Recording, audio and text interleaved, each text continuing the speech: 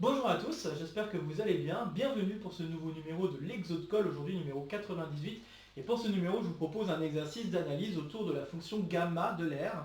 Cette fonction définie sous la forme d'une intégrale à paramètres, une fonction assez connue de deuxième année de classe préparatoire, puisqu'on le voit à travers beaucoup d'exercices, notamment des questions de régularité autour de la fonction gamma. Donc voilà, c'est un exercice, c'est une fonction vraiment très classique de CPGE. Et on va attaquer un exercice en lien avec une caractérisation de cette fonction gamma à partir de quelques-unes de ses propriétés. L'énoncé est donc le suivant. On va considérer une fonction f définie sur R plus étoile qui vérifie les assertions suivantes. Tout d'abord, la fonction est strictement positive. F de 1 vaut 1. F de x plus 1, ça vaut x fois f de x sur tout R plus étoile. Et puis la fonction qui a x associe ln de f de x, c'est une fonction convexe sur R plus étoile. Tout l'enjeu va être de démontrer que n'importe quelle de ces fonctions f qui vérifie ces propriétés-là n'a pas d'autre choix que d'être finalement égale à la fonction gamma de l'air. Donc c'est un très joli résultat, un résultat assez connu d'analyse qui porte le nom suivant, c'est le théorème de Bohr-Moller-Up. Bohr-Moller-Up. Voilà un exercice d'analyse qui a pour but de démontrer une caractérisation de la fonction gamma de l'air à partir de ces quelques propriétés. Donc je pense que c'est un exercice qui peut très bien s'attaquer en deuxième année de classe préparatoire, pour peu qu'on ait vu des choses autour des intégrales à paramètres, bien sûr, puisqu'on va en avoir besoin, notamment pour vérifier que gamma satisfait à ses propriétés. Mais je pense qu'il y a des parties de cet exercice qui pourraient très bien s'attaquer en première année de classe préparatoire, pour peu qu'on ait suffisamment de connaissances, notamment sur la question de convexité des fonctions. En parlant de convexité, je vais m'attarder un petit peu sur cette ligne. Cette ligne signifie, on peut aussi le dire autrement, signifie que la fonction f est log convexe. Et on a déjà vu des exercices, donc log convexe. Et on a déjà vu des exercices qui abordaient des questions de log convexité ou de log concavité. Donc il y avait notamment un exercice sur les suites, et la notion de suite log concave. Ça, je pourrais vous donner une référence si vous voulez en description, parce que moi là, je n'ai pas souvenir du numéro tout de suite en tête. Mais une autre référence que j'aimerais vous partager, c'était autour d'une autre fonction qui vérifiait une propriété assez similaire, mais vraiment d'un point de vue algébrique cette fois-ci, donc un point de vue totalement différent. C'était le déterminant qui était log concave. Et log concave au sens où on travaillait avec des matrices qui étaient symétriques définies positives. Et donc si vous voulez rejeter un coup d'œil à cette propriété, je vous invite à aller jeter un coup d'œil donc à l'Exode-Call numéro 41.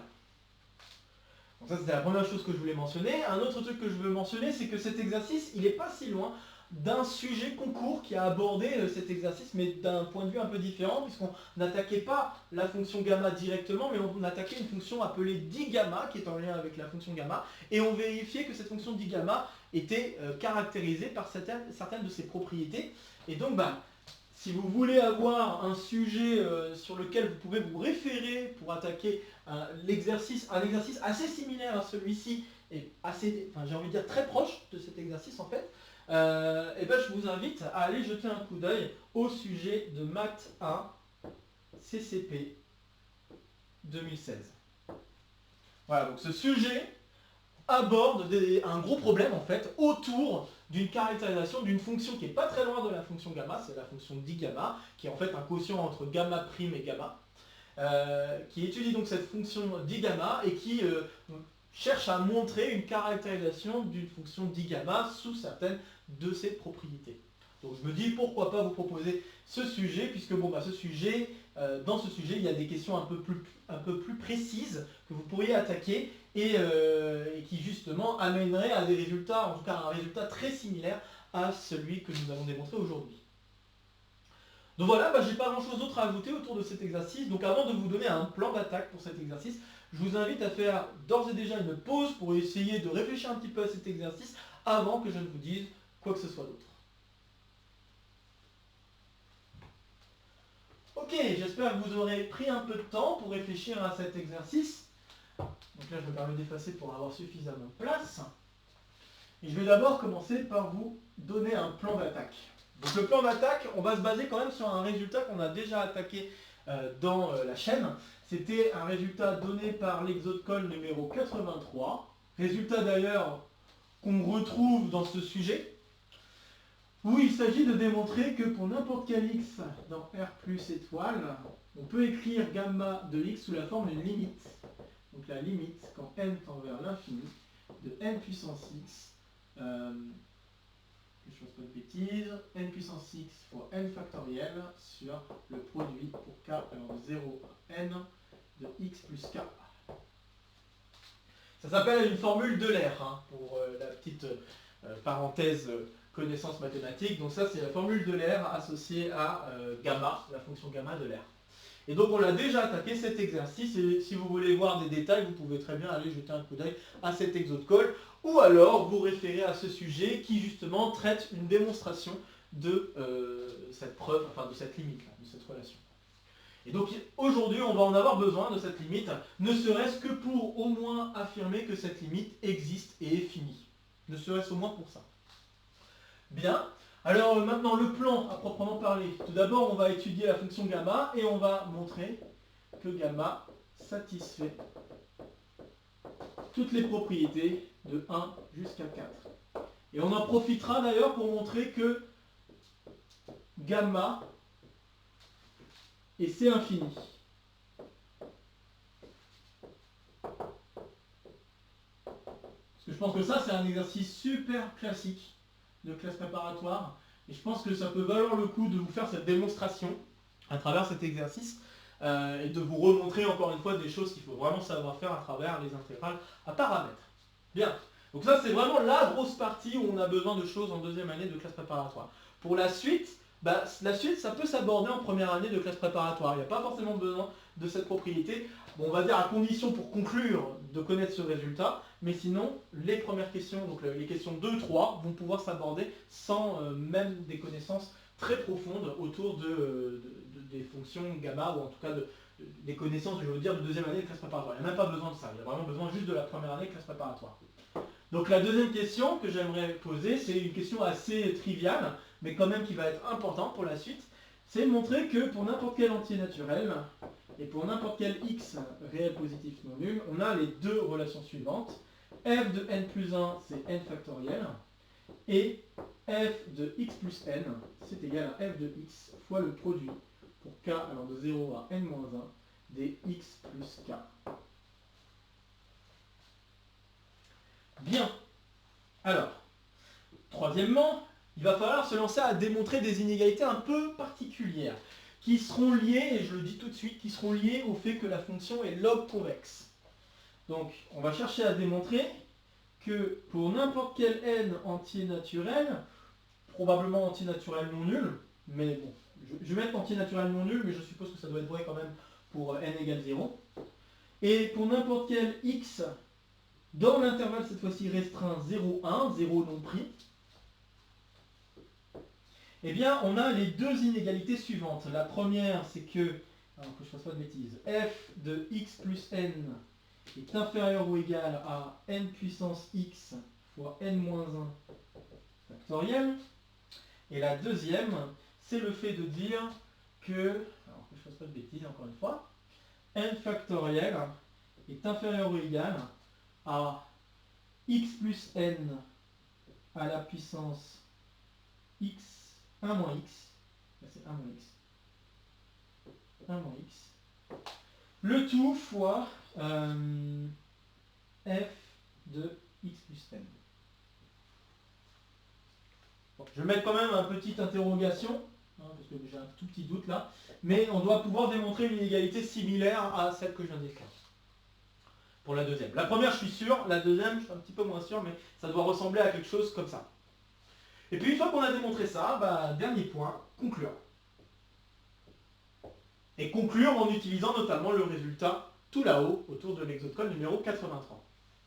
Alors je me permets aussi de signaler, peut-être que certains d'entre vous connaissent une autre résolution possible, utilisant les inégalités de pente liées à la convexité. Bon moi je vais outrepasser cette chose et vous proposer une autre résolution un tout petit peu plus élémentaire, quoique il y a quand même cette difficulté à aborder, mais un tout petit peu plus élémentaire que celle passant par les inégalités de pente. Et cette résolution aura quand même des avantages, et je vous en parlerai à la toute fin donc, de la vidéo. Bon voilà, vous avez donc le plan d'attaque pour aujourd'hui, donc je vous invite maintenant à faire une pause sur la vidéo pour essayer de résoudre cet exercice, soit à travers ce plan, soit peut-être en suivant le sujet CCP en question, et puis d'essayer par vous-même avant que je ne vous dise quoi que ce soit d'autre, et de vous donner donc la résolution. Ok, j'espère que vous aurez essayé, alors je me permets d'effacer tout ça, parce que sinon je ne vais pas avoir la place pour attaquer l'exercice, donc il faut que je me fasse de la place. Hop. Et voilà. Très bien. Alors, résolution.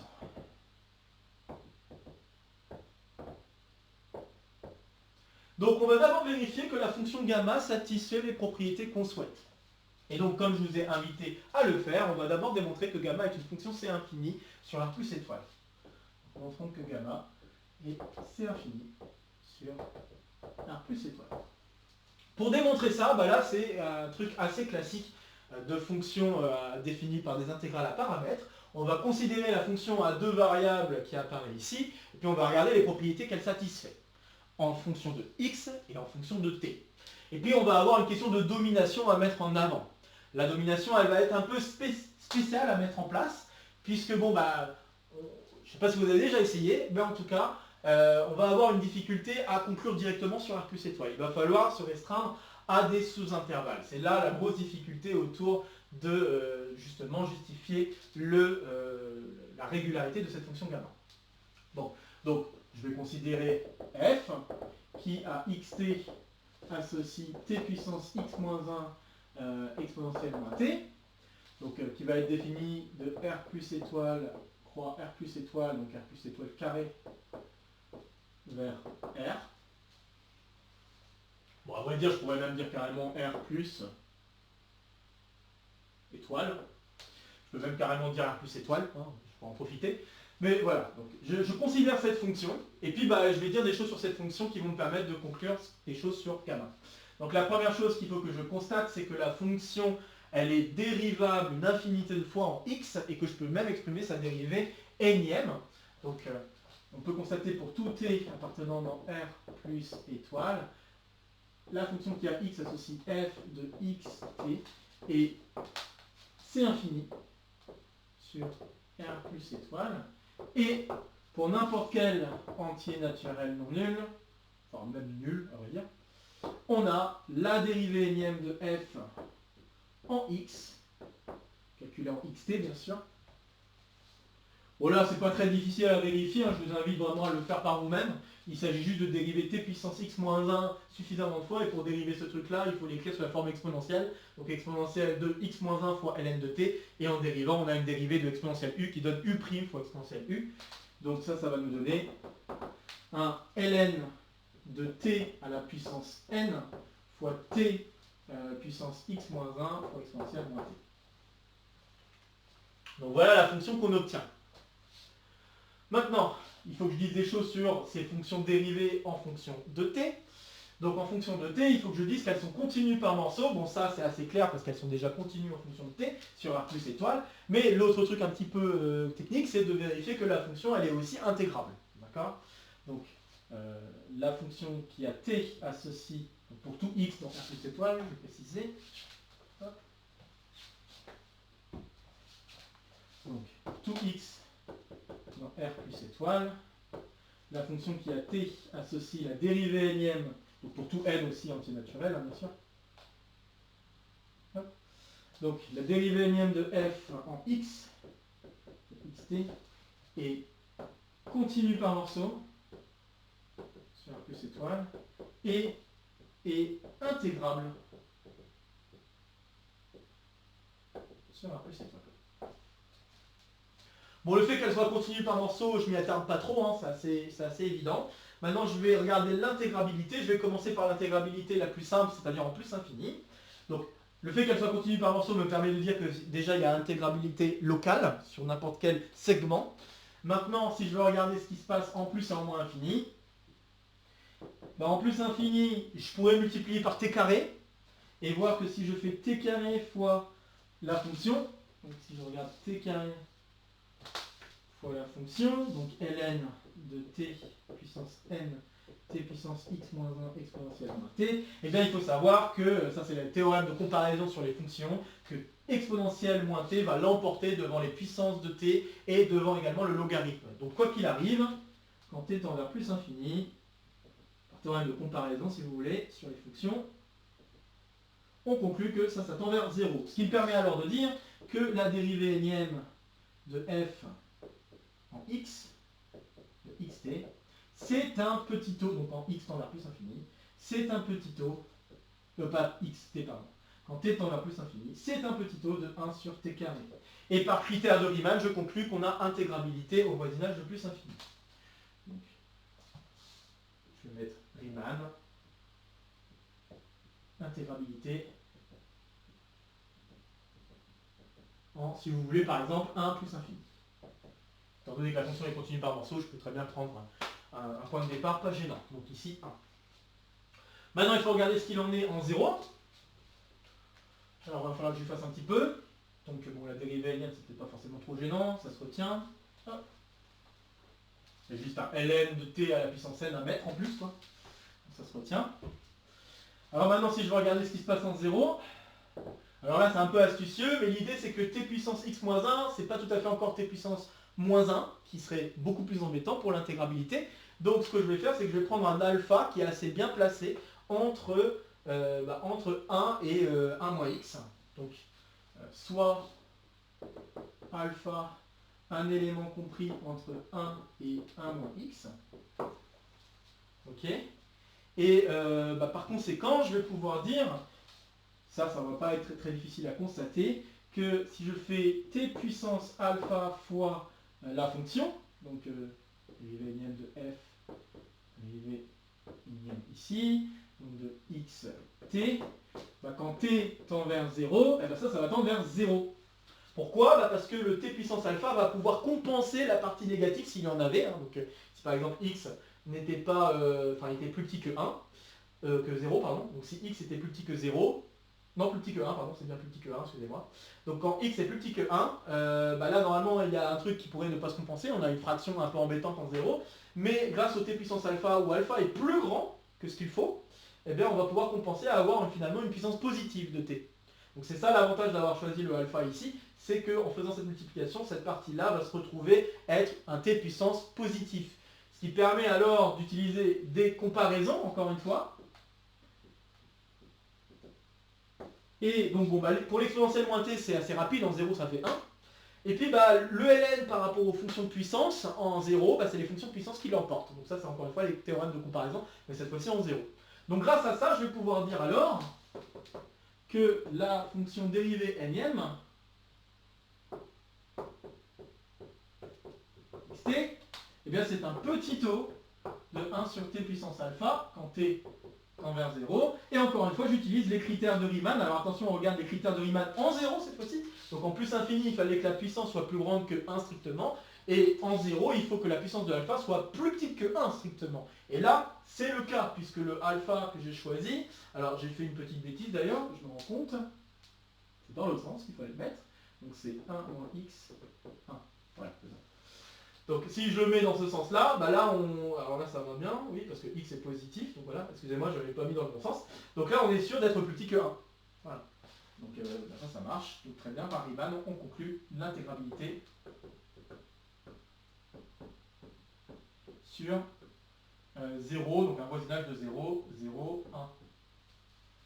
Et donc par union, on conclut qu'on a intégrabilité sur 0 plus infini pour n'importe quel x, donc très bien, super, ça c'est fait. Et maintenant, il nous reste en fait une question de domination. Et c'est là où ça pêche. Parce que pour la domination, si je travaille directement sur R plus étoile, on va avoir des problèmes. Alors la bonne idée, c'est plutôt de se restreindre à un intervalle AB.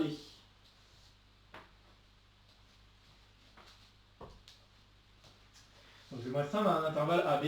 Donc soit un intervalle fermé tant qu'à faire, donc un segment AB inclus dans R plus étoile, et bien sûr je suppose A plus petit que B, strictement. Et donc bah, si je prends X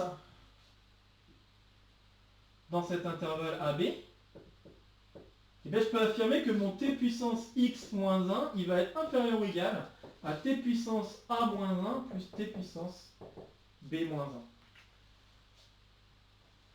1. Alors, comment je peux vérifier cette chose-là? En fait, ça vient de la monotonie, si vous voulez, de la fonction qui à t associe, qui à x, pardon, associe t puissance x moins 1. En effet, si je regarde cette fonction, donc x associe, que je fasse pas de bêtises, x associe t puissance x moins 1. Donc je peux constater que la dérivée, ça va être un ln de t fois t puissance x moins 1, et que tout va se jouer en fonction si t est plus grand que 1 ou t est plus petit que 1. Si t est plus grand que 1, cette fonction est donc croissante. Si elle est croissante, elle est donc majorée par le t puissance b moins 1. Si par contre, le ln de t est négatif, donc quand t est plus petit que 1, alors dans ce cas-là, le t puissance x moins 1, il est majoré par t puissance a moins 1. Je prends le plus petit du coup de l'intervalle AB. Et donc, quitte à trouver une borne sympatoche, je propose, on pourrait prendre, si vous le souhaitiez, on aurait pu prendre le min des deux, ça aurait pas été, enfin le max des deux, je voulais dire, donc on pourrait prendre le max des deux si on voulait, mais bon, tant qu'à faire, autant proposer la somme. Donc c'est pour ça que je propose la somme, hein. C'est beaucoup plus simple pour la majoration. Et d'ailleurs, c'est ce qu'on pourrait faire usuellement quand on a plusieurs fonctions qui doivent nous permettre de majorer la fonction qui nous intéresse, qui est paramétrée par rapport à x. Donc on a cette majoration, et grâce à cette majoration, comme la plupart des affaires sont positives, et bien, en valeur absolue en tout cas, et bien, je vais pouvoir conclure. Donc si je regarde maintenant la dérivée énième de f en x, puis en xt, je vais pouvoir majorer par valeur absolue de ln de t à la puissance n fois t puissance a moins 1 plus t puissance b moins 1, le tout fois exponentielle moins t. Et maintenant, comme il n'y a plus de x, j'ai aucun problème. Le a, le b, il n'y a aucun problème, c'est dans R plus étoile. Donc j'ai intégrabilité de la partie en b moins 1 et intégrabilité de la partie en a moins 1. Puisque j'avais déjà traité l'intégrabilité de la dérivée énième qui se faisait pour tout x. Donc par conséquent, la fonction que j'ai posée ici, qui dépend de a et b, elle est intégrable. Cette fonction-là, qu'on peut appeler, si vous voulez, phi AB de t, par exemple. Okay, donc cette fonction-là, elle est intégrable. Donc phi AB est intégrable sur l'intervalle AB, quoi. Enfin, sur... qu'est-ce que je raconte? Non, sur R plus... attendez, que je réfléchisse un peu, que je fasse pas de bêtises. Oui, sur R plus... ouais. Donc la fonction qui a t associée, faut que je précise. Donc qui a t associé. Oui, j'avais écrit phi de t en fait. C'est pas grave. Donc cette fonction, elle est intégrable sur R plus étoile. Voilà. Que je fasse pas de bêtises. Voilà. Et donc c'est bien, j'ai bien vérifié toutes les propriétés qu'il me fallait pour pouvoir appliquer la dérivation itérée d'une fonction définie sous la forme intégrale à paramètres. Je peux donc conclure que ma fonction gamma, elle est bien C infini sur l'intervalle AB, pour n'importe quel intervalle AB, pour n'importe quel segment, je précise. Donc n'importe quel segment AB inclus dans R plus étoile, je vais pouvoir dire qu'elle est C infini et que cette dérivée énième, c'est bien égal à ce qu'on pense. On conclut que gamma est C infini sur l'intervalle AB, enfin, le segment AB, et exactement comme on souhaite, la dérivée énième de x, c'est égal à l'intégrale de 0, enfin de 0 à plus infini, oui c'est ça, de ln de t à la puissance n, t puissance x moins 1, exponentielle moins t, dt. Mais vous n'êtes pas tout à fait content, vous voulez avoir une C infinie sur R plus étoile, c'est pas un problème. Vous avez C infini sur n'importe quel segment de R plus étoile, donc par, si vous voulez, union croissante de segments d'intervalle tendant vers R plus étoile, vous allez pouvoir conclure que la fonction est C infini sur R plus étoile. Une autre façon de dire, c'est de faire tendre A vers 0 et B vers plus infini. Donc là, on conclut. Je vais l'écrire quand même. On conclut que gamma est C infini sur R plus étoile. Et bien sûr, la dérivée nm, c'est bien celle que j'ai écrite. Bon voilà, on pouvait se contenter du fait que la fonction est C2, mais je me suis dit, bah, pour le bien de tout le monde, pourquoi pas vous proposer cet exercice, ce sous-exercice, de montrer que gamma est C infini, parce que je trouve que c'est très intéressant de le faire. Ah, pas si évident que cela pourrait paraître, mais je trouve que c'est vraiment chouette de le faire. Très bien, alors maintenant je l'efface, et je vais avancer pour démontrer toutes les propriétés qu'il faut. Alors il y a quelques-unes qui sont faciles, d'autres qui sont un peu moins. Mais qu'à cela ne tienne. Hop. Bon, alors je vais commencer par la première propriété. Bah, on sait déjà que la fonction, je vais dire comme ça, pour tout x dans R plus étoile, la fonction qui a t associe t puissance x moins 1 exponentielle moins t, elle est positive. Même, je peux même dire positive stricte. Donc sur R plus étoile. Donc par conséquent, par intégration, on va conclure que la fonction gamma est positive, stricte. Donc par intégration, gamma de x est strictement positive. Bon, très bien, chouette, ça c'est fait. Le deuxième est aussi facile. Donc pour le deuxième, il faut juste vérifier que que gamma de 1 vaut 1. Et si je regarde gamma de 1 c'est l'intégrale de 0 à plus infini de exponentielle moins t dt. Primitive d'exponentielle moins t, bah ça va très vite, hein, donc moins exponentielle moins t, tac, 0 plus infini. En plus infini, ça tend vers 0, et en 0, ça tend vers 1, et ça me fait moins 1, qui me donne 1. Donc c'est gagné, gamma de 1, ça fait bien 1. Next, on a cette propriété-là, et cette propriété-là se démontre par intégration par partie. Donc le troisième point, pour tout x dans R plus étoile, on a gamma de x plus 1 qui est égal à l'intégrale de 0 à plus infini de t puissance x exponentielle moins t dt. Et la bonne idée, normalement vous devriez le sentir venir puisqu'on veut se retrouver avec t puissance x moins 1, c'est de dériver selon x et de faire une primitive selon exponentielle moins t. Ce qui va me donner alors le crochet t puissance x exponentielle moins t, compris entre 0 et plus infini, moins l'intégrale, alors moins plus, parce que j'ai oublié un moins ici. Il y a un moins ici à cause du fait que je prends la primitive d'exponentielle moins t, d'accord? Et là, moins plus, intégrale de 0 à plus infini de x fois t puissance x moins 1 exponentielle moins t dt. Le crochet qui est ici converge, donc ça me permet de justifier que cette IPP est valide. Une autre façon de dire, c'est que les deux intégrales à gauche et à droite convergent, ça marche aussi. Mais là, j'ai le crochet qui converge, donc ça permet de dire que l'IPP est valide, quoi qu'il arrive. Et donc, on voit qu'en 0, ça va valoir 0, étant donné que x est positif strict. Donc, vous avez bien un t puissance x qui tend vers 0 fois l'exponentielle moins t. Et puis, en plus infini, l'exponentielle moins t va l'emporter, et du coup, tout le truc tend vers 0.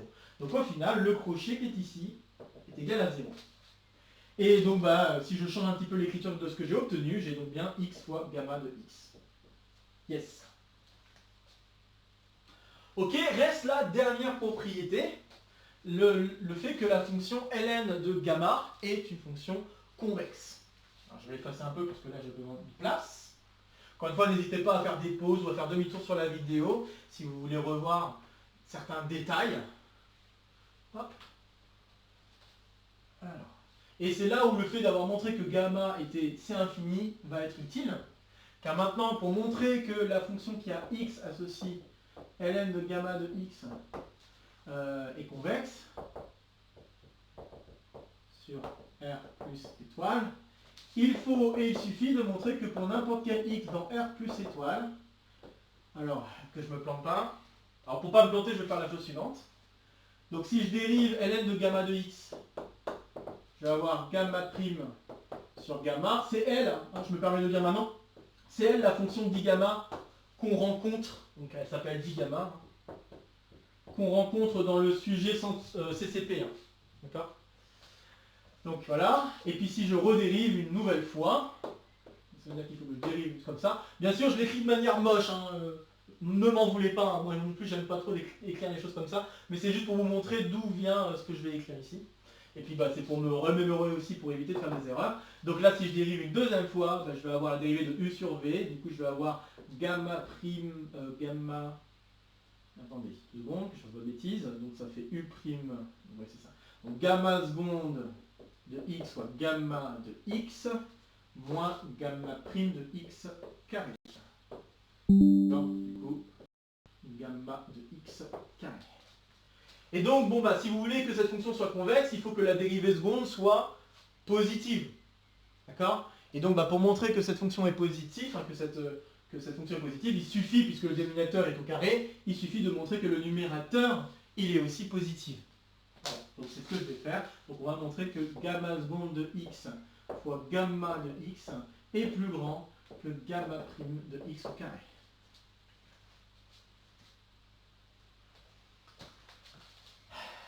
Ok.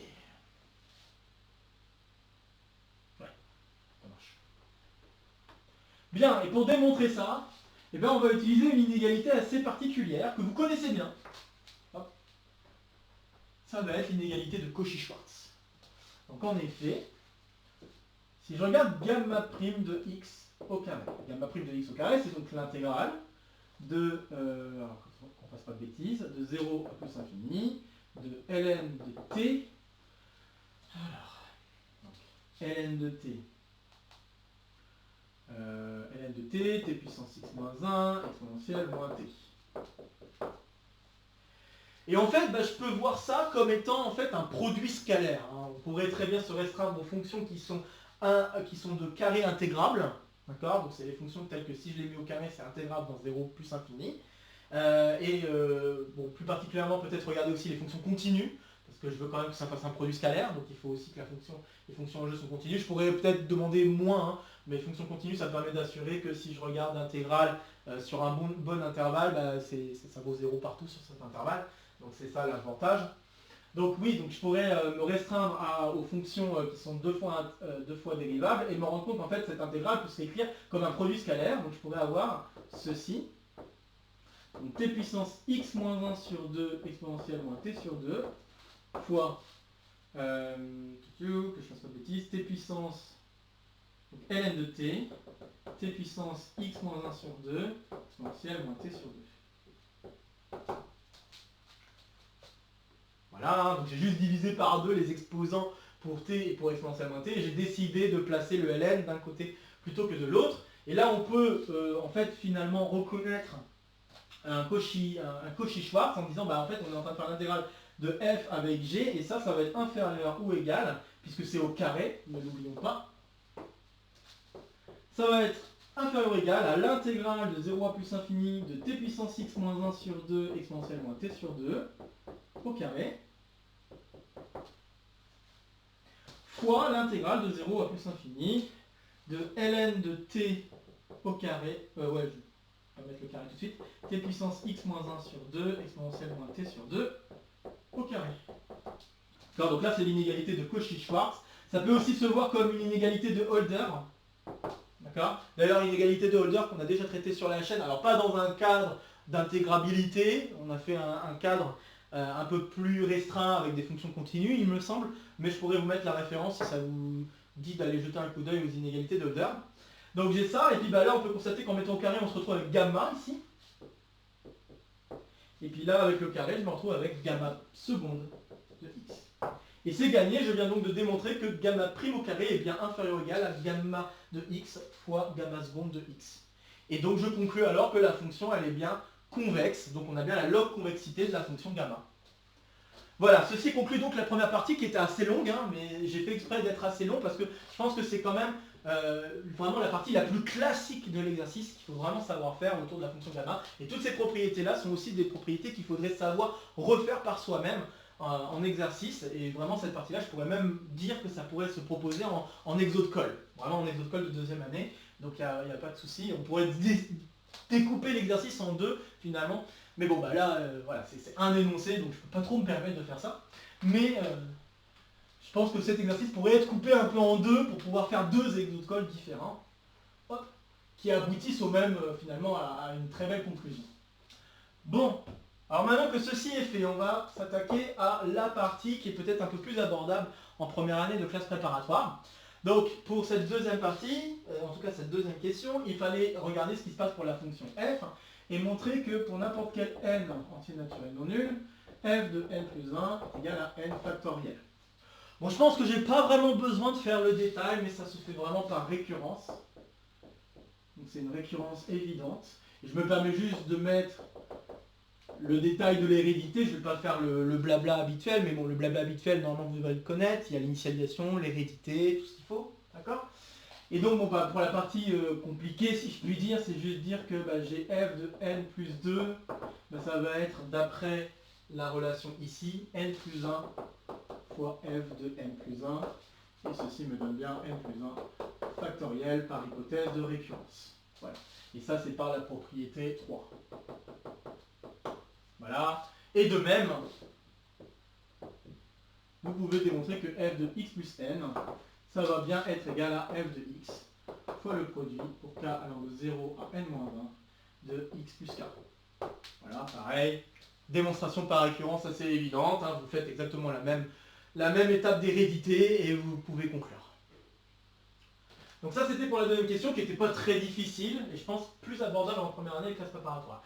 Ça va être pareil pour la question suivante, à condition qu'on ait vraiment la bonne façon de voir. Donc je vous ai dit déjà, comme point de départ, qu'il y avait une question de convexité à utiliser. Vous savez que la fonction qui est ici est convexe. Donc par conséquent, pour x réel positif non nul, et pour tout u et v, on va dire ici réel positif non nul. Alors x ici, je vais supposer qu'il est compris entre 0 et 1. Je le redis quand même parce que c'est important. Donc il est entre 0 et 1. Hop. Et pour tout uv là-dessus. Alors qu'est-ce que ça veut dire que la fonction est convexe? Bon, je vais d'abord écrire ce que ça veut dire en tant que tel. Ça veut dire que ln de f de x fois u plus 1 moins x fois v, eh bien c'est égal à x fois ln de f, alors c'est pas égal, pardon, je commence à dire des bêtises, donc c'est inférieur ou égal, voilà c'est mieux, à x ln de f de u plus 1 moins x, voilà, 1 moins x fois ln de f de v. D'accord? J'ai cette inégalité qui vient directement de la convexité. Hein, on n'oublie pas l'image qu'il faut avoir. Ici, ça représente la corde donnée par U et V. Ici, ça représente le point qui se trouve sur la courbe de même abscisse. Et bon, bah, la corde, elle est toujours au-dessus de la courbe. D'accord? Voilà, ça c'est la manière bien imagée pour ne pas se planter. Et comme ln est une fonction croissante, bah, vous pouvez retirer le ln, appliquer exponentielle si vous préférez, et conclure l'inégalité suivante, que f de xu plus 1 moins x v, eh bien ça, c'est inférieur ou égal à f de u puissance x fois f de v puissance 1 moins x. Si vous avez eu la curiosité d'aller voir ce qu'il en était pour la question de log concavité du déterminant, vous aurez pu constater une inégalité qui s'écrivait de la forme suivante, sauf que l'inégalité était dans l'autre sens. Je me permets de le dire, de faire cette parenthèse, parce que ça me paraît important. Bien, alors maintenant que j'ai fait ça, il va falloir démontrer les deux inégalités qui nous importent. Donc on avait, normalement, si je ne dis pas de bêtises, f de x plus n, qui devait être inférieur ou égal à n puissance x fois n moins 1 factoriel. Alors, il faut réfléchir un petit peu à comment on peut écrire les choses pour que tout marche. Donc c'est là où il faut essayer d'utiliser la convexité de la fonction de manière assez intelligente. Alors si je ne fais pas de bêtises, l'idée c'est que je vais remplacer le n par xn plus 1 moins xn. Voilà l'idée. Et donc en faisant ça, je me retrouve avec f de x fois n plus 1 plus 1 moins x fois n. Donc si je développe, on a bien x fois n plus 1 fois, plus 1 moins x fois n, d'accord? Donc on a bien ça.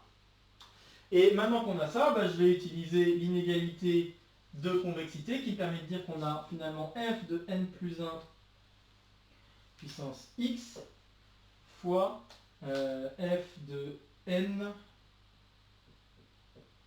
à la puissance, alors que je ne fasse pas de bêtises, à la puissance 1 moins x. Voilà, donc là je viens d'utiliser la log convexité de la fonction f, et puis maintenant, bah, je développe par rapport à ce que je sais déjà. Donc ceci me donne, bah, je vais directement remplacer par les factoriels, je pense que ça sera plus direct. Donc j'ai n plus 1 factoriel puissance x fois n factoriel puissance 1 moins x. Mais bien sûr, n plus 1 factoriel, c'est la même chose que n plus 1 fois n factoriel, et ceci me donne n... alors je me rends compte que du coup, j'ai peut-être une p... Ah oui, j'ai oublié de décaler de 1, c'est ça? Oui, j'ai oublié de décaler de 1. C'est de ce que je me disais. Donc c'est n factoriel ici, et c'est n moins 1 factoriel. Faisons pas de bêtises. Tac. Et donc j'ai bien n puissance x fois n moins 1 factoriel qui apparaît. Très bien, donc voilà, je viens de démontrer une des deux inégalités que je voulais. Maintenant, il faut démontrer l'autre inégalité, que j'ai un peu plus de mal à retenir. Hop. Je sais qu'elle est liée à f de x plus... Ah non, elle est liée à n factoriel. Voilà. Je sais qu'elle est liée à n factoriel. Donc, normalement, je devrais m'en sortir en pensant à ça. Mais... Donc, si je ne dis pas de bêtises, je dois pouvoir montrer que n factoriel... Je vais faire, donc, n factoriel est inférieur ou égal à x plus n à la puissance, je ne fais pas de bêtises encore une fois, donc à la puissance 1 moins x fois f de x plus n. Okay. Je crois que c'est bien ça. Bon. Donc là, c'est un peu le même genre d'idée. Je vais essayer d'utiliser l'inégalité de convexité pour avoir cette deuxième inégalité. Deuxième inégalité qui fait aussi apparaître le f de x plus n. Et c'est pas pour rien. Ça va être très utile d'avoir ça. Donc, alors maintenant, si je me lance, j'ai n factoriel. Ça, c'est la même chose que f de n plus 1.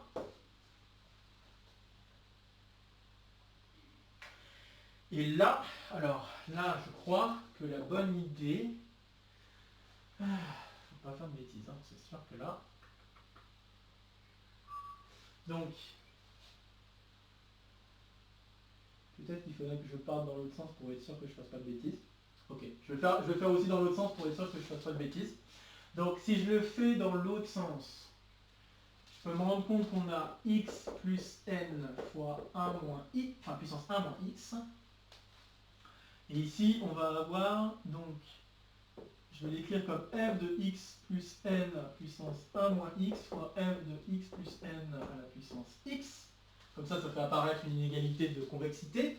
Et puis ici, je me rends compte que j'ai f de x plus n plus 1 à la puissance 1 moins x fois f de x plus n à la puissance x. Et ça, je peux affirmer donc que c'est supérieur ou égal à f de... Ouais, donc voilà, c'est là où on voit que c'était très spécial comme combinaison, donc c'était très dur de se souvenir. Donc on a ça fois x plus n plus 1 plus x fois x plus n. Et maintenant il faut prier que ce qu'il y a là, ça fait bien n plus 1 en tout. Donc si on regarde ce que ça donne, on va avoir du 1 moins x. Ouais. Je vais s'accrocher un peu. Donc je vais avoir du x moins x carré plus n moins xn. Et puis après plus 1 moins x. Et après j'ai du plus x carré plus n. Plus xn. Plus xn. Ok, et donc j'ai du x carré qui dégage, j'ai bien du x qui dégage, j'ai bien du x fois n qui dégage, et on est content, on a bien du n plus 1. Donc ça marche, ça donne bien ça, et on est content. Ouf. J'avoue que j'ai un peu de mal à bien retenir cette inégalité, mais voilà, je suis content, je m'en suis sorti. Bon, alors maintenant, ouais, je ne vais pas effacer mes inégalités, car on arrive à la dernière partie où il faut conclure.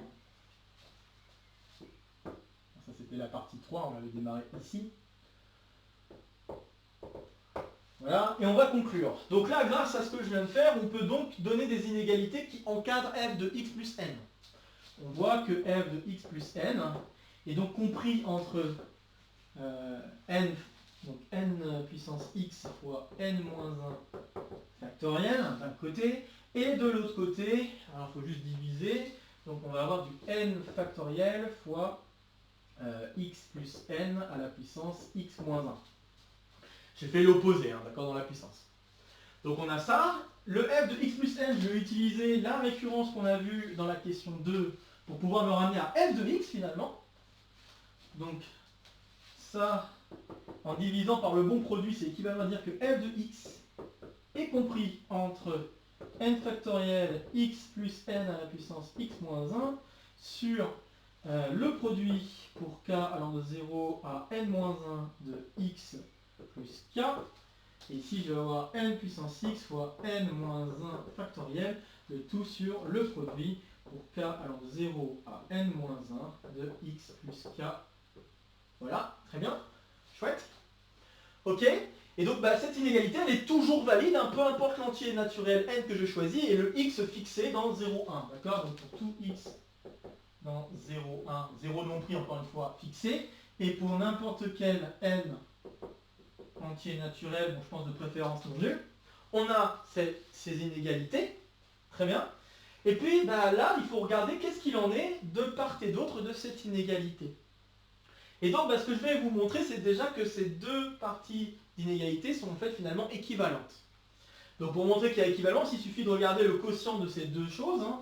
Donc si j'appelle A et B, ok, je vais regarder le quotient de ces deux trucs. Alors il faut juste que je réfléchisse à dans quel sens je vais faire le quotient pour que ça fasse quelque chose de sympa. Je crois qu'il faut que je fasse lui divisé par lui. Donc si je fais A divisé par B, j'espère que je ne me plante pas. Donc si je fais A divisé par B, je vais avoir donc du n factoriel x plus n à la puissance x moins 1 sur n puissance x fois n moins 1 factoriel. Il y a encore des termes donc qui se simplifient. Les produits se simplifient évidemment parce que c'est les mêmes produits. Donc ce qu'on voit, c'est qu'on a donc le n-1 factoriel qui simplifie beaucoup avec celui-là, et là on a un n puissance, enfin n tout court avec n puissance x qui se simplifie, qui va nous donner un n puissance x moins 1 en bas. Donc finalement on va avoir du x plus n sur n à la puissance x moins 1, qui peut donc se réécrire x sur n plus 1 à la puissance x moins 1, et ça quand n tend vers l'infini, hein, le seul endroit où n apparaît, c'est dans la parenthèse, par continuité, si vous voulez aussi, de la fonction qui a été associée puissance x moins 1, vous pouvez conclure que ce truc-là tend vers 1. N tend vers l'infini.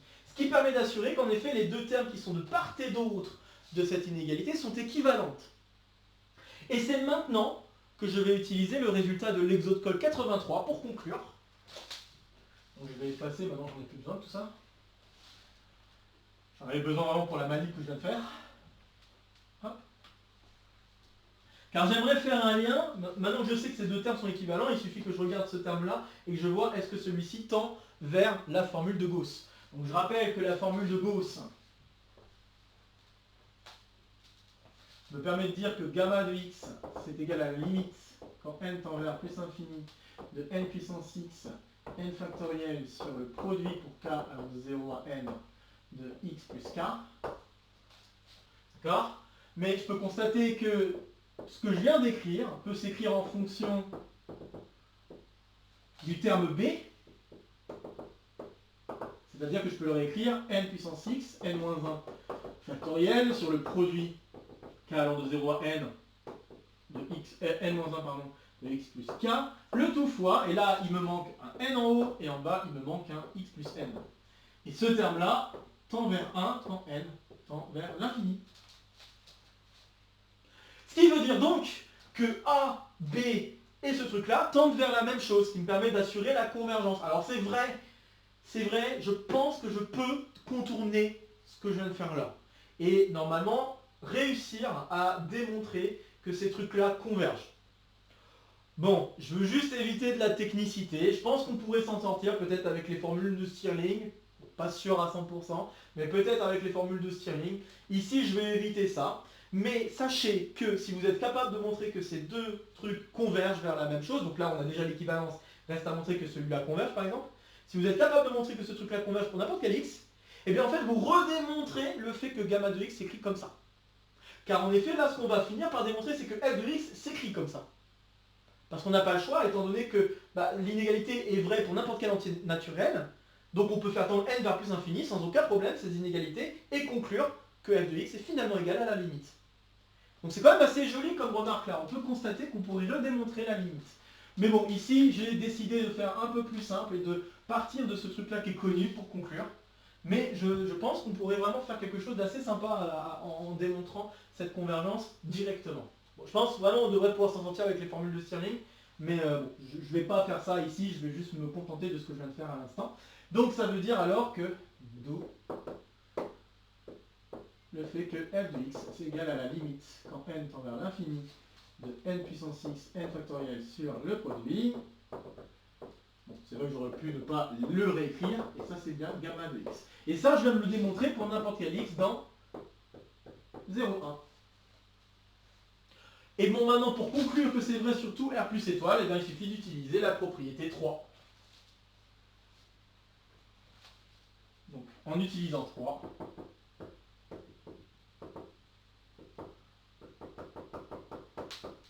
on conclut que f de x est bien égal à gamma de x pour tout x dans R plus étoile. Et je viens donc de démontrer que les deux fonctions sont égales. C'est QFD. Ouf. Bon, c'était assez ardu comme exercice, hein. J'espère que vous l'aurez aussi constaté. Il y avait aussi des inégalités qui n'étaient pas évidentes à mettre en place. Mais voilà, on a réussi à arriver à bout et démontrer en effet que seule la fonction gamma peut satisfaire les propriétés qui sont ici présentes. Et vous remarquerez que je n'ai absolument pas supposé de régularité plus que le fait qu'il y a convexité et toutes ces petites propriétés qui pourraient peut-être amener à une meilleure régularité. Mais le fait que ce soit log convexe doit amener à une certaine régularité de la fonction, puisqu'on sait déjà qu'il va y avoir la continuité, une certaine dérivabilité à gauche et à droite. Mais c'est quand même assez fou de voir que sans régularité de la fonction f, on arrive à conclure. Donc c'est quand même, enfin moi je trouve ça très remarquable comme truc. Et voilà, on a réussi à conclure que gamma est égal à f de x. Et voilà, je le redis encore une fois, je pense qu'on pourrait éviter d'utiliser ce résultat et juste démontrer que les produits que j'avais écrits, ou ce produit-là a bien une limite finie. Peut-être avec des formules de Stirling, je le redis, je ne suis pas encore sûr à 100%, mais probablement avec des formules de Stirling. Mais en tout cas, bon voilà, là, moi j'ai proposé une résolution utilisant ce résultat, comme ça on ne va pas s'embêter plus que ça. Mais à savoir que si vous êtes capable de montrer que cette limite existe, en fait vous arrivez à démontrer que gamma de x c'est égal à la limite. Donc vous réussissez à redémontrer ce truc. C'est pour ça que je trouve cette résolution assez intéressante, parce qu'elle évite d'utiliser des inégalités de pente, hein, donc ça c'est justement une autre résolution connue de ce truc, des inégalités de pente qui mettent en avant un petit peu aussi, enfin qui utilisent un peu plus fortement cette question de limite. Et voilà, c'est pour ça que je trouvais cette résolution très intéressante.